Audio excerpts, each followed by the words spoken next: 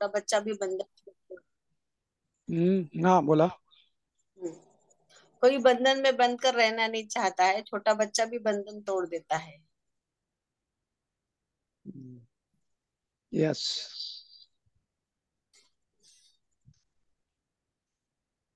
त्याचबरोबर गुरुदेव सांगतायत की 13 आकड्याला खूप महत्व आहे. 12 श्लोकांपर्यंत सगळ्यांनी ते पूर्ण केलं होतं, पण 13वा श्लोक हे अष्टवक्रजीने पूर्ण केला.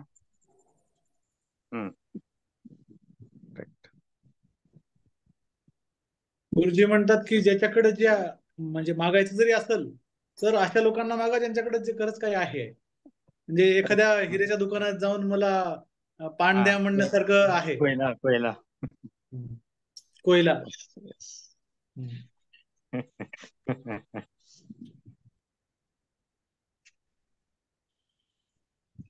करेक्ट. अजून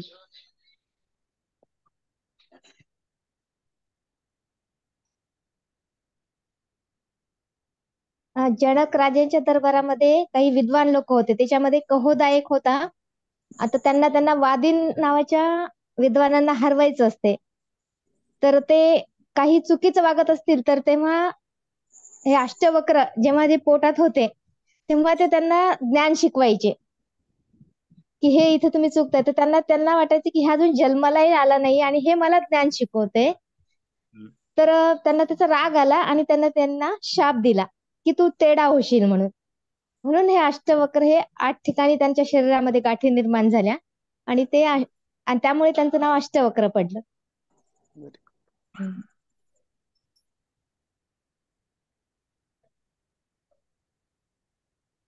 आणि मग ते वादिन नावाच्या विद्वानांना अष्टवक्रांनी हरवलं नंतर.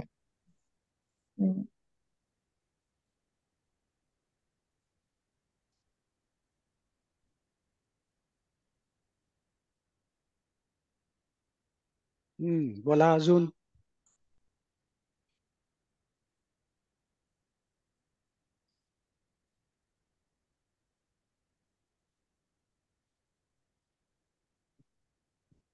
जय गुरुदेव सर. जय गुरुदेव. मंदिराचा कळस जरी वाकडा असला तरी आकाश हे वाकडं नसते, किंवा एखादे खांब आहे ते जरी वाकडे असले तरी आकाश वाकडं नसते. तसं आतलं जे चैतन्य आहे ते सरळ आहे.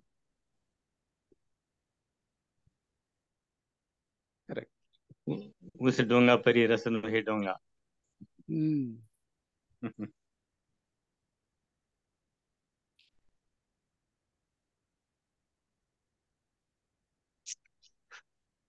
ओके. अजून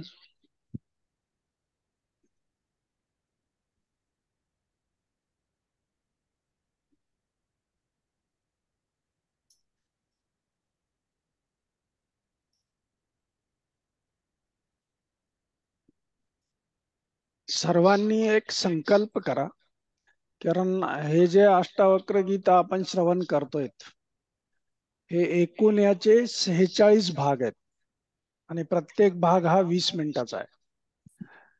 पण आपल्या सगळ्या लोकांची सहनशीलता, टॉलरन्स जो आहे, तर त्याचा विचार करून आपण 15-15 दिवसाचे पार्ट्स केलेले आहेत त्याचे. तर 15 दिवस गेल्यानंतर काही दिवस आपण पॉज घेऊन पुन्हा आपण सुरू करणार आहोत. तर मला सगळ्यांना एकच विनंती आहे की तुम्हाला ऐकायचं असेल आणि ह्याच्यातून काही ज्ञान घ्यायचं असेल तर न चुकता अटेंड करा. आणि हे काय कॅज्युअली घ्यायचं ज्ञान नाहीये. ह्या ज्ञानासाठी पात्रता लागते आणि आपण त्याच्यासाठी पात्र आहोत म्हणून आपण इथपर्यंत आलो आहोत.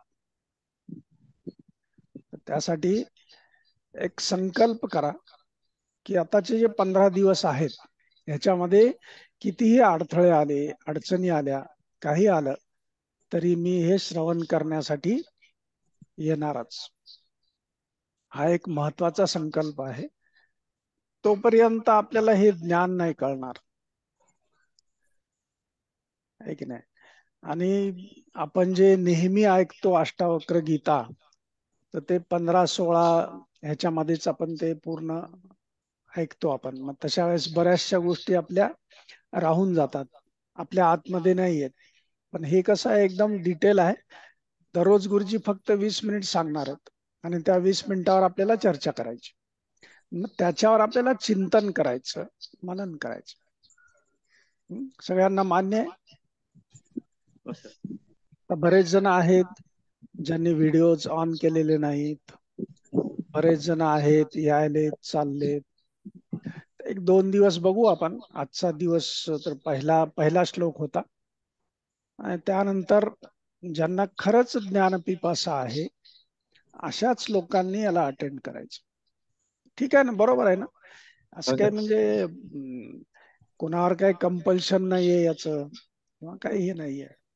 पण आपला स्वतःचा अनुशासन जे आहे ते पाळणं महत्वाचं आहे. आणि तुम्हाला एक सांगतो मी, तुम्ही संकल्प केल्यानंतर तुम्हाला कुठलाही अडथळा जर आला असेल तर तो नक्की पार होईल, हा दृढ विश्वास आहे आमचा. आतापर्यंतचा जेवढा अनुभव आहे त्या अनुभवामध्ये आम्ही सांगतो की बरेच अडथळे येतात, नाही अशातली बाब नाही, परंतु जेव्हा आपला संकल्प दृढ असतो त्यावेळेस आपण त्या सगळ्या अडथळ्यांना सहजतेनं दूर करतो. पण संकल्पामध्ये कुठे विकल्प झाला किंवा मग आपल्याला काय ऐकायचंय, आपलं जनरल बाकीचे असते तसंच ऐकायचंय, असं जर समजा आपल्या संकल्पामध्ये विकल्प असेल ते नाही होणार, आहे की नाही? बरोबर आहे ना? करेक्ट आहे ना? नाही, सगळ्यांनी थोडस, आता ह्याच्यामध्ये खूप जण आहेत की आतापर्यंत आपण बऱ्याच ह्याचं श्रवण केलेलं आहे. पतंजली योगसूत्र आहे, नारद भक्ती सूत्र आहे, त्याच्यानंतर अष्टावक्र गीता सुद्धा आपण आधी बऱ्याच वेळा श्रवण केलेली आहे ना. परंतु प्रत्येक वेळेस आपल्याला नवीन ज्ञान प्राप्त होते, आहे की नाही? तर त्यासाठी हे जे गुरुदेवांनी आता आपल्याला दिलेली एक भेट आहे, तर ही अतिशय अमूल्य अशी भेट आहे.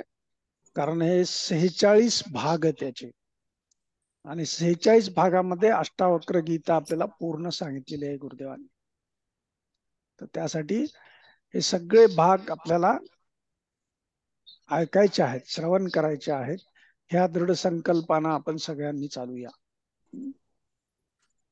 तर आजचा जो भाग होता त्याच्यामध्ये अष्टावक्रांच्या कुटुंबाबद्दल गुरुदेवांनी इतिहास सांगितलेला आहे, त्यांच्या कुटुंबाची पार्श्वभूमी काय होती, है की नाही? म्हणजे त्यांचं ज्ञान तुम्ही बघा, म्हणजे किती मोठा ब्रह्मज्ञानी होता की जो गर्भावस्थेमध्ये असताना त्यांना ज्ञान प्राप्त होतं, है की नाही? आपल्या वडिलांच्या वाचनामध्ये काही कुठे चूक असेल, काही त्यांनी चुकीचं वाचत असतील तर ती चूक दुरुस्त करण्याची गर्भावस्थेपासून त्यांनी केलेलं होतं. बरोबर आहे ना? म्हणजेच महाज्ञानी होते ते. आणि मग त्यांनी राजा जनकाला जे सांगितलेलं ज्ञान आहे, त्या ज्ञानाचा दोघांचा जो संवाद आहे तो संवाद अष्टावक्र गीताच्या रूपानं पुढे आलेला आहे की नाही? आणि अष्टावक्र गीता हे सांगणं, त्याच्यातले मर्म सांगणं, हे काही साधं सुधं काम नाहीये. आणि आपल्या गुरुदेवांनी ते आपल्यासाठी अतिशय सोपं केलेलं आहे ना.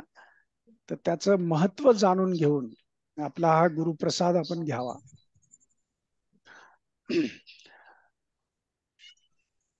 म्हणजे कहोदा जे आहेत अष्टावक्रांचे पिताश्री, त्यांचा पराभव झाला ज्ञानामध्ये, आणि मग त्या पराभवाला ज्यांच्याकडून झाला त्या विद्वान माणसाला हरवण्यासाठी अष्टावक्र हे राजा जनकाच्या दरबारामध्ये गेले. परंतु वडिलांच्या शापामुळं बाह्य स्वरूप त्यांचं कसं होतं? विद्रूप होतं. बाह्य स्वरूप कसं होतं? विद्रूप होतं. आणि मग तिथले जे विद्वान म्हणणारे बसलेले होते ते त्याच्या बाह्य स्वरूपावरून, कारण अष्टावक्र म्हणजे 8 ठिकाणी वाकडा माणूस, आणि तो येतोय काठीच्या आधाराने येतोय, तर ते सगळेजण हसले त्यांना. आणि त्याच क्षणी अष्टावक्रांनी काय ओळखलं, इथे ज्ञानी लोक नाहीयेत, हे फक्त बाह्य स्वरूपावर बघणारे लोक आहेत. गुरुदेव आपल्याला ह्या बाह्य स्वरूपातून आतल्या ज्ञानात घेऊन जाऊ इच्छितात. म्हणून आपण सुद्धा जीवनामध्ये हे जे अंतर्ज्ञान आहे, हे अंतर्ज्ञान प्राप्त करण्यासाठी आपला वेळ जो आहे तो घालवला पाहिजे. या बाहेरच्या गोष्टीमध्ये काही पडलेलं नाहीये. इथे सगळी विद्रुपता आहे, आणि त्यामध्ये आपण अडकून पडलो तर ज्ञान प्राप्त नाही होत. मग त्यासाठी आवश्यक काय आहे, ते म्हणजे ज्ञान पिपासा, ज्ञान प्राप्त करण्याची इच्छा, ती तहान, तृष्णा, ती असली पाहिजे. गुरुदेव काय म्हणतात, जनरली लोकांना काय पाहिजे, मुक्ती पाहिजे. बरोबर आहे ना? काय पाहिजे? मुक्ती पाहिजे. ज्ञान नकोय, मुक्ती पाहिजे. आणि विना ज्ञानाची मुक्ती जेव्हा तुम्हाला मिळेल, तर त्यावेळेस ती परिपूर्ण मुक्ती नाही, तो मोक्ष नाहीये. मोक्ष केव्हा मिळेल, जेव्हा तुम्ही ज्ञान प्राप्त करून मग मोक्षाची इच्छा झाली, तर मग ते मोक्ष झालं, आहे की नाही? तर इच्छा काय आहे? मुक्तीची. कशामुळं? कारण परेशान झालेले आहेत आपण, आहे ना? ज्याची परेशानी आहे त्या परेशानीपासून मुक्ती मागतो आपण, आहे की नाही? आता देवळात जातो आपण, मंदिरात जातो, किंवा कुठल्या संताच्या इथे जातो, तर आपण काय करतो, आपल्या संसारामध्ये आपल्याला जी जी काय परेशानी असेल त्याच रडगारानं आपण तिथे मांडतो की नाही? सांगा तुम्ही, थंब दाखवा मला, मांडतो ना आपण? गुरुदेव काय म्हणतात की ते रडगारण मांडण्यासाठी आपण त्या ज्ञानी माणसाकडे जाणं, काय तिथे काय पाहिजे? ज्ञान पाहिजे, आहे की नाही? म्हणून त्यांच्याकडेच मागा ज्यांच्याकडे आहे. मग छान उदाहरण दिलेलं आहे की तुम्ही जर समजा ज्वेलर्स मध्ये गेलात आणि तिथे काड्याची पेटी मागायला लागलात, तर तो काय म्हणेल, तू जा, परत जा, आहे की नाही? तशी अवस्था आपली होऊ नये, आहे की नाही? तर आपल्याला, आपण ज्या दरबारात आहोत तिथे सगळ्यात जास्त महत्व कशाला आहे? ज्ञानाला आहे की नाही? आर्ट ऑफ लिव्हिंग ही संस्था जगामध्ये कशासाठी प्रसिद्ध आहे? तर हे जे ज्ञान आहे, ह्या ज्ञानासाठी प्रसिद्ध आहे. आपल्या गुरुदेवांकडे लोक कशासाठी येतात? ज्ञान प्राप्त करण्यासाठी येतात. आपण कशासाठी जातो? ज्ञान प्राप्त करण्यासाठी, आहे की नाही? आणि एकदा ज्ञान मिळालं की मग आपल्याजवळ जी काय परेशानी आहे, जे जे काही आहे, ते आपोआप नष्ट होते. परेशानी कशामुळे होते? अज्ञानामुळे. बरोबर आहे ना? अज्ञानामुळेच परेशानी होते. ज्ञान प्राप्त झाल्यावर परेशानी राहण्याचा काही प्रश्नच नाही त्याच्यामध्ये. म्हणून परेशानी दूर करण्याची मागण्यापेक्षा ज्ञान प्राप्त करून घेणं हे महत्वाचं आहे. आणि त्यासाठी सगळ्यात पहिलं काय सांगितलेलं आहे की प्रश्न सुद्धा त्याच पद्धतीनं विचारला पाहिजे. नाही तर आपण काय करतो, असे प्रश्न लोक विचारतात की आपण ऐकत पण नाही, आणि त्याचं उत्तरही ऐकत नाही, आणि त्या उत्तराची अपेक्षा पण नसते आपल्याला. काय करायलास, काय खायलास, जेवण करायलास, काय झालं का जेवण, कसे आहात, बरोबर आहे की नाही? हे जे आपले प्रश्न आहेत. म्हणून थोडस आपण सगळेजण इथे गुरुदेवांचा हॅपीनेस प्रोग्राम केलेले माणसं आहोत आपण. थोडस त्याच्या मागे गेल्यानंतर आपल्याला गुरुदेवांनी पहिलं हे केलेलं आहे, काय की प्रश्न कसा विचारावा. आणि त्या योग्यतेचा प्रश्न असेल तरच तुम्हाला ज्ञान मिळते, अन्यथा नाही मिळत. आणि तुम्ही समजा विचारलात जेवण झालं का, तर पुढच्यांचा काय येईल, हो किंवा नाही. झाला असेल तर हो, नसेल तर नाही. आता हो आणि नाही याच्यामध्ये काही ज्ञान आहे का? नाही. काही नाही. म्हणजे थातुरमातुर प्रश्न विचारून चालत नाही. तिथं समय सूचकता पाहिजे. खरं ज्ञान ज्यातून मिळतं तोच प्रश्न आपण त्या ठिकाणी विचारला. हा, मग प्रश्न आता अज्ञान हे विचारण्याच्या दुःखाचं मूळ आधी, कारण आहे. मग त्यासाठी प्रश्न विचारण्याच्या आधी आपल्याला काय करावं लागते, हा प्रश्न विचारण्याच्या योग्य आहे का